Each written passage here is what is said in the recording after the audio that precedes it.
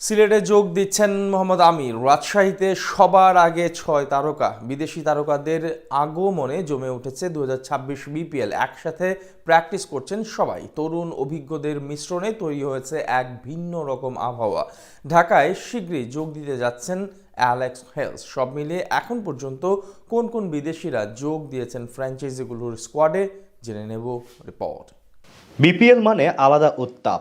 BPL মানে বাংলাদেশ ক্রিকেটের এক জমকালো আয়োজন।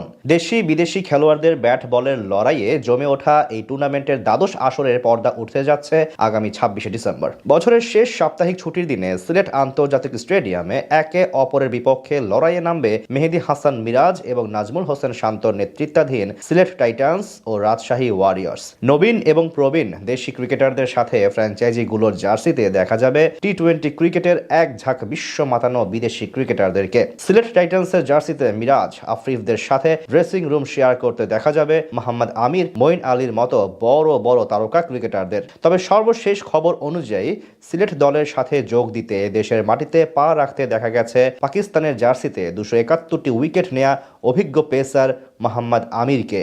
সেই সাথে 23শে ডিসেম্বর দলের সাথে যুক্ত হতে পারেন সালমান ইরশাদ, অ্যারন জোনসের ও সাইম আয়ুবের মতো ক্রিকেটাররা। উদ্বোধনী ম্যাচকে সামনে রেখে রাজশাহী ওয়ারিয়র্সের পরিকল্পনায় কোনো কমতি দেখছে না সমর্থক এবং ক্রিকেট বিশ্লেষকরা। সরাসরি চুক্তিতে থাকা 3 পাকিস্তানি ক্রিকেটারের সাথে আরও 2 জন ঢাকায় পৌঁছেছেন। পাকিস্তানি ব্যাটার সাহিবজাদা ফারহান, অলরাউন্ডার মোহাম্মদ নেওয়াজ এবং হোসেইন তালাত ইতোমধ্যে দলের সঙ্গে যুক্ত হয়েছেন। তাদের সাথে ঢাকায় পা রেখেছেন নেপালের সুপারস্টার সন্দীপ লামিচানে এবং লঙ্কান পেসার বিনুরা ফার্নান্দো। টাইগারদের টেস্ট অধিনায়ক নাজমুল হোসেন শান্তর নেতৃত্বে এই বিদেশি খেলোয়াড়রা রাজশাহীকে চ্যাম্পিয়ন করার জন্য নিজেদের সর্বোচ্চ উজাড় করে দেবেন বলে বিশ্বাস করে ভক্ত সমর্থকরা। একই দিনে টুর্নামেন্টের সবচেয়ে নবীনতম ফ্র্যাঞ্চাইজি নোয়াখালী এক্সপ্রেস লড়বে বন্দর নগরের প্রতিনিধি চট্টগ্রাম রয়্যালসের বিপক্ষে। নোয়াখালীর হয়ে জনসন চার্লস, মোহাম্মদ নবী, কুশল মেন্ডিস এবং চট্টগ্রামের জার্সিতে পল স্টার্লিং, ক্যামেরন ডেলপোর্ট মাঠে দেখা যাওয়ার কথা থাকলেও তাদের কাউকেই এখন পর্যন্ত তাদের সাথে প্র্যাকটিসে যোগ দেননি। তবে আজ অথবা কাল বেশ কয়েকজন যোগ দিবেন তাদের সাথে। টুর্নামেন্টের দ্বিতীয় দিন